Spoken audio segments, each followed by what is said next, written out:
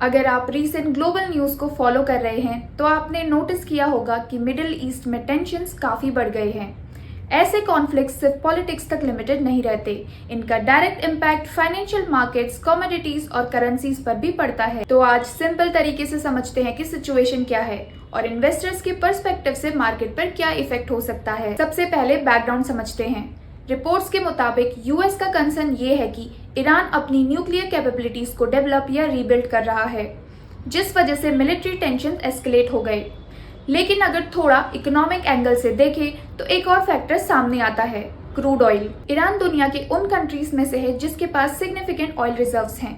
साथ ही ईरान का काफी ऑयल ट्रेड चाइना के साथ होता है और कई केसेस में पेमेंट यूएस डॉलर के बजाय चाइनीज युआन में होती है। ग्लोबल ट्रेड में डॉलर का डोमिनेंस इंपॉर्टेंट है, इसीलिए ये भी एक स्ट्रेटेजिक फैक्टर हो सकता है। जब भी इस रीजन में टेंशन्स बढ़ते हैं तो सप्लाई डिस्ट्रप्शन का रिस्क क्रिएट हो जाता है। अगर सप्लाई रिस्क बढ़ता है तो क्रूड ऑयल प्राइसेस नेचुरली ऊपर मूव करते हैं। इंडिया के लिए ये और भी इम्पोर्टेंट है क्योंकि इंडिया अपनी 85 to 90% crude oil requirement import करता है। इसीलिए ऑयल प्राइसेस बढ़ने का मतलब होता है higher inflation pressure. Global uncertainty का एक और इफेक्ट होता है स्टॉक मार्केट्स पर। जब जियोपॉलिटिकल रिस्क बढ़ते हैं, फॉरेन इन्वेस्टर्स अपने रिस्की एसेट से पैसा निकालकर सेफर एसेट्स में शिफ्ट करते हैं। इसीलिए मार्केट में वोलेटिलिटी बढ़ सकती है। इस टाइम सेफ हेवन एसेट्स जैसे गोल्ड और सिल्वर में डिमांड बढ़ जाती है। इन्वेस्टर्स अनसर्टेनिटी के टाइम प्रीशियस मेटल्स को प्रेफर करते हैं। साथ ही यूएस डॉलर भी स्ट्रांग हो सकता है क्योंकि ग्लोबल इन्वेस्टर्स स्टेबिलिटी के लिए डॉलर एसेट्स चूज करते हैं। अब सेक्टरल इम्पैक्ट की बात करें।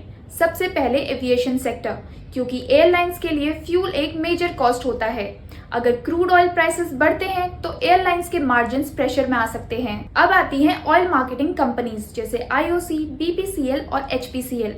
हायर क्रूड प्राइसेस इनकी इनपुट कॉस्ट बढ़ा देते हैं, जिससे प्रॉफिटेबिलिटी अफेक्ट हो सकती है। इसके अलावा पेंट, टायर और केमिकल कंपनीज भी क्रूड डेरिवेटिव्स पर डिपेंड करती है। इसलिए ऑयल प्राइसेस बढ़ने का नेगेटिव इम्पैक्ट इन सेक्टर्स पर भी पड़ सकता है। लेकिन कुछ सेक्टर्स को बेनिफिट भी मिलता है। ऑयल प्रोड्यूसर्स जैसे ओएनजीसी और oil India higher crude prices का एडवांटेज ले सकते हैं।